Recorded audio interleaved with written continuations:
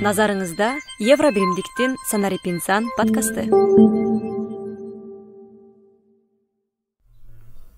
Саламатсыздар, урматтуу угармандар. Ободо Санарип инсан подкасты жананын алып баруучусу мен Сапаргүл Абдинабиева. Бүгүн бизге кесиптешим интернет коомунун кыргыз бөлүмүнүн кызматташтыкты өнүктүрүү боюнча менеджери Ажыбек Нурланов да кошулду. Саламатсызбы? Саламатсыздарбы? Ошондой эле бизде бүгүн Санарип инсан, Санарип мугалим Кубаныч Нарынбеков конокто. Саламатсыздарбы?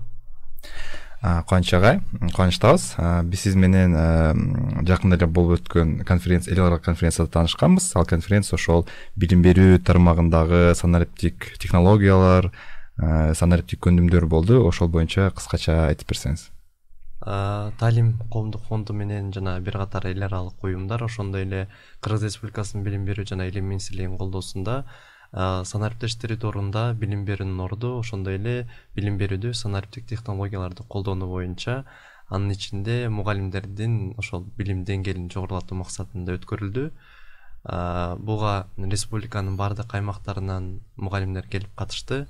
Анын эң биринчи максаты ошол технологияларды, акыркы чыгып аткан платформаларды мугалимдерге тааныштыруу болду. Өзгөчөлүгү кандай болду десек, өзгөчөлүгү ушул келген мугалимдерге өзүнчө сессиялар бөлүнүп берилди. Анын ичинде ар бир тармак боюнча атайын 20 мүнөттөн 1 саатка чейинки тажрыйбалар менен алмашты да. Бүгүн көптөгөн мугалимдер ошол алган билимдерин, көндүмдөрүн жайылтуу максатында өздөрүнүн таасирлерин бизге жазып, маалымат берип атат. Ошол жөн гана келип катыштым деп койбостон, муну практикада колдонуп атканы абдан кубандырат.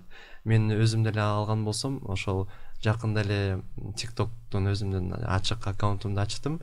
Мурда тар чөйрөдө колдонуп жүрсөм, ачык бөлүм ачып, анан ошол жерде өзүмдүн кызыктуу сабактарымды бөлүшөйүн деп жаңы 1-2 сабактарды тарттым.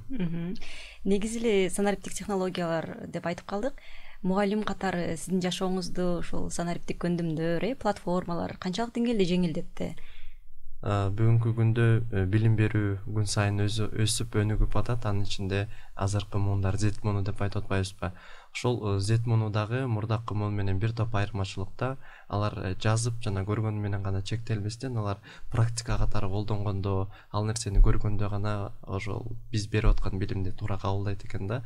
Анан мен мурдакы окуу жылымда жаңы ишке кирдим.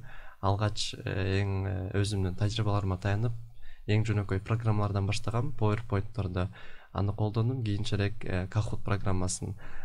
Бул жерде жөн гана окуучуларга кайра бышыктайбыз деп алган билимдерин жөнүнө сурап койбостон, ошол программаны колдонгондо алар көрүп, анан телефон аркылуу басып, талкуу кылганда абдан эсинде калат экен да. Кийин талкуулагандай ушул программада өттүк элек, ушул нерселер эсимде болду эле.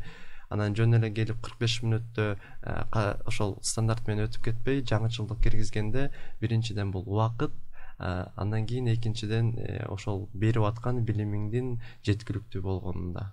Ошол убакытың менен берип аткан билимиңдин натыйжалуулугу бул санариптин берген чоң пайдасы. Биз Ажыбек менен да сүйлөшүп калдык эле жумушта. Сизди окуучуларынан тапшырманы электрондук түрдө алат деп калды. Анан абдан санарип мугалим экен деп таң калдык. Кантип тапшырмаларды бересиз? Мугалим окуучулар менен мамилеңиз санариптик жолго түшкөн турбайбы? Анан бул кандай ишке ашып атат? Окуучулар муну кандай кабыл алды? Аларга да жеңилдик жаратса керек. 20 жана 21 окуу жылында жогорку класстарга кыргыз тили жана адабиятынан бердим. Мында 9 жана 11 класстар.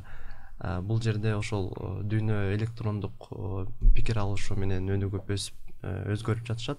Ошол багытта 9 жана 11 класстарга айрым үй тапшырмаларын ушул электрондук кат түрүндө жөнөтүүнү бердим. Анан башында барды таң калыштуу болуп, алар да таң калып, анан биз кайсы жерден жазабыз, кайсы жерден жөнөтөбүз, эмне деп жөнөтөбүз деген учурлар, кызыктуу учурлар көп болду.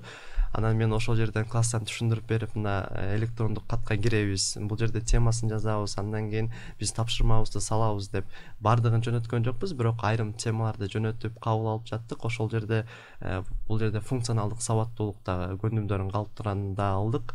Анан кийин жашоосунда булар эң чоң жардамын тийгизди деп ойлойм. Мисалы азыркы 11 класстар жогорку бүтүрүүчүлөр болду, студенттер болду. Ошол алган билимдердин натыйжасында курстук иштерин, алдыңкы иштерин ошол электрондук кат жүзүндө колдонушат да. Санариптик технологиялар жөнүндө сөз болуп калганда мен да ошол сөздү уланткым келип жатат. Электрондук почтадан бөлөк дагы Кыргызстан үчүн, Кыргызстандын мугалимдери үчүн, Кыргызстандын окуучулары үчүн атайын иштелип чыккан платформалар бар да. Бул ошол билим берүү министрлигинин тарабынан башка уюмдар аркылуу, мисалы Айбилим, Илимбокс, ошолор боюнча дагы колдонуу боюнча айтып бербейсизби? Эң алгач Айбилим жөнүндө айта турган болсом, башталгыч класстарда кыргыз тилин үйрөтүүдө, окутуу орус тилинде жүргүзүлгөн класстарда Айбилим платформасын колдонуу абдан жакшы, жогорку таасирин берет. Анткени бул жерде кызыктуу анимациялык түрдө берилген. Кыргыз тилин ала турган болсок, ал жерде жомоктор бар, жаңылмачтар, табышмактар, андан кийин ошол бүткөн нерсесин кайра бышыктоо үчүн тесттер, ар кандай тапшырмалар. Бул абдан кызыктуу, анткени мугалим бул жерде баардыгын кагазга жазып жүрбөстөн ошол даяр платформадан кошумча материалдарды пайдаланса болот. Адабияттан жона жомокту өзү окуп берип койбостон, ошол жердеги жазылган жомокту окуп көрсөтүп, ал жерден андан кийин жомоктун негизинде түзүлгөн тесттик тапшырмаларды бирге экранда иштесе, бул интерактивдүү метод менен өтүлүп атат. Андан кийин окуучулар биргеликте жандуу катышат да. Андан кийин Илимбокс платформасы аркылуу, мен Илимбокс платформасын 2021-жылы тааныштым. YouTube'дан көрүп калгам видео материалдан, ошондон кийин өзүм кирип катталып, биринчи эле кыргыз тилин ачтым. Ошол жердеги кыска нуска жана так маалыматтар берилгенди абдан кубандырды. Көпчүлүк маалыматтарда окуучулар издегенде узак маалыматтарды издейт дагы башын ачканда эле ушунча көп нерсени окуйбузбу деп тажап кетишет да. Бул платформага киргенде кыска нуска жана түшүнүктүү берилген да. Мен жеке өзүм ушул платформаны колдоном. Анан окуучуларга жеткирүү, атыңерге жайылтуу максатында бир аз аксап жатат да. Сонун экен. Мен жакында эле Инстаграмдан бир кызды көрүп калдым. Ал ошол кыргыздын залкарларынын сөзүн айтып берет экен да. Мисалы Курманжан Датканын, Чыңгыз Айтматовдун, Элмирбек Иманалиевдин сөздөрүн 3 сүйлөм менен айтат экен. Бул абдан эсте калып, көпчүлүктүн купулуна толуп жаткан учуру. Ал эми сиздики форматы кандай? Балким мисал кылып айтып бересиз бизге? Сабак өтүүдөгү TikTok тартканда. TikTok'то мен жаңы баштап атканыма байланыштуу башка чет элдик жарандардыкын көрүп, анан азыр үн жок. Жөн гана ошол материалдарды видео сүрөт менен жиберип атам да. Анан алдыда ошол өзүм түшүндүрүп берүү максатым бар. Бүгүнкү күндө эң кызыктуу, актуалдуу окуучуларга бул жалпы республикалык тестирлөө, жогорку класстарга ошол жалпы республикалык тестирлөө боюнча баскычтарын өзүм түшүндүрүп көрсөтүп берсем деген планым бар да. Абдан жакшы. Биз эми TikTok жөнүндө сөз болуп, социалдык тармактар жөнүндө сөз болгондо, окуучулар баягы баардыгы эле ошол жактарда бар, көбүнчөсү ошо TikTok'то. Анан ошол TikTok аркылуу, социалдык тармактар аркылуу кызыктуу материалдарды, ошол билим берүү тармагында маалыматтарды сиздин оюңуз боюнча кандай кылып киргизишибиз керек? Анан мугалимдерге, эгер жаңы мугалимдер тартабыз деп аткан мугалимдер болсо, ошолорго кандай бир кеп кеңештериңиз болсо? Алгач мен ушул боюнча бир маалымат айта кетсем, мисалы Россияда, Орусия мамлекетинде мурдакы жылы TikTok мугалим деген чоң сынакты жарыялаптыр. Андан кийин Казакстанда мугалимдер күнүнө 4-октябрда баштады, жакында эле. Ушул сынактын негизинде мисалы казактарда абдан көп жакшы тажрыйбалар жайылып атат. Мен ошолорду көрүп үйрөнүп атам.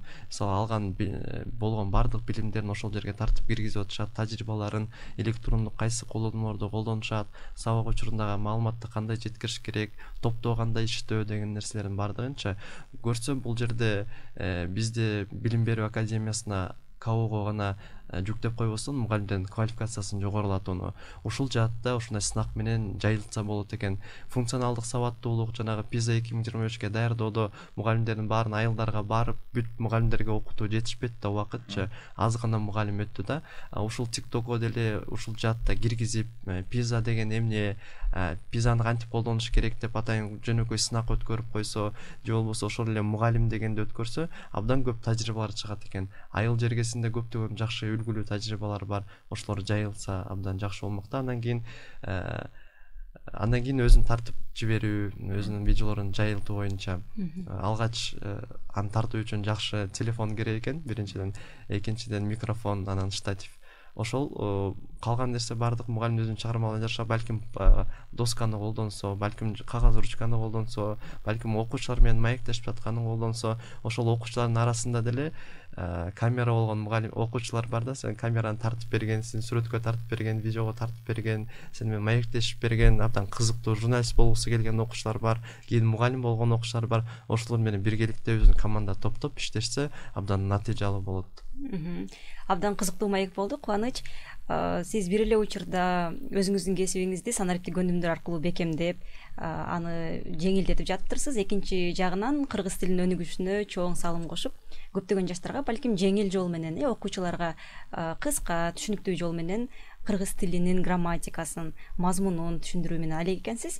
Менимче жакынкы аралыкта сиз сыяктуу көптөгөн дагы санарip мугалимдер көбөйөт деп ишенебиз. Жана биз бүгүнкү подкастыбызды жыйынтыктайлы. Аны алып барган мен Сапаргүл Абдинабиева жана кесиптешим Ажыбек Нурланов. Конокто болсо санарip мугалим Кубаныч Нарынбеков болду. Аман туруңуздар.